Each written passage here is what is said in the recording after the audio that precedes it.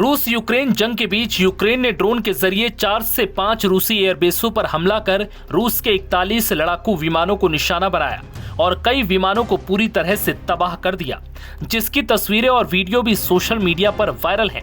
जिसके बाद पूरे रूस में हड़कंप मच गया।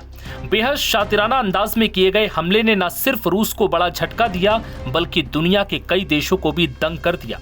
दरअसल यूक्रेन ने रूस के जिन 41 लड़ाकू विमानों को तबाह किया है वो रूस के बेहद ही खतरनाक बॉम्बर बताए जाते हैं। लेकिन यूक्रेन को लेकर फिर दावा किया जा रहा है कि यूक्रेन अब भी खामोश बैठने वाला नहीं है, वो रूस पर अभी और स्ट्राइक करेगा। दरअसल पिछले 3 साल से चले आ रहे युद्ध में यूक्रेन लगभग पूरी तरह से बर्बाद हो चुका है, लेकिन फिर भी यूक्रेन ने हार मानने से साफ इनकार कर दिया। यही वजह है कि भारी भरकम चोट के बाद भी यूक्रेन के राष्ट्रपति जेलेंस्की सीना तान कर रूस के सामने खड़े हैं और रूस को ललकारते हुए ये साफ कर दिया है कि अभी वो झुकने वाले नहीं हैं और रूस के खिलाफ उनकी स्ट्राइक आगे भी जारी रहेगी। दैनिक भास्कर की एक रिपोर्ट के मुताबिक यूक्रेन की राजधानी कीव के रहने वाले ओलेक्जेंडर पोटेन ने रूस पर फिर से यूक्रेनी स्ट्राइक होने का दावा किया है। दरअसल ओलेक्जेंडर करीब 3 साल से यूक्रेन आर्मी की ओर से रूस के खिलाफ जंग लड़ रहे हैं।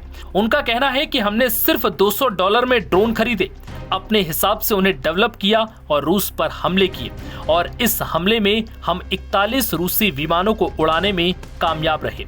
बता दें कि यूक्रेन ने रूस के 5 रीजन मुर्मांस्क, इर्कुत्स्क, इवानोवा, रियाजान और अमुर में ड्रोन अटैक कर मिलिट्री बेस को निशाना बनाया। 117 ड्रोन के जरिए यूक्रेन ने 41 मिलिट्री एयरक्राफ्ट पर हमला किया, जिनमें से 13 को पूरी तरह से तबाह कर दिया। यूक्रेनी सिक्योरिटी सर्विस का दावा है कि इससे रूस को करीब 60,000 करोड़ रुपए का नुकसान हुआ है। यूक्रेन ने आखिर इस हमले की तैयारी कैसे की?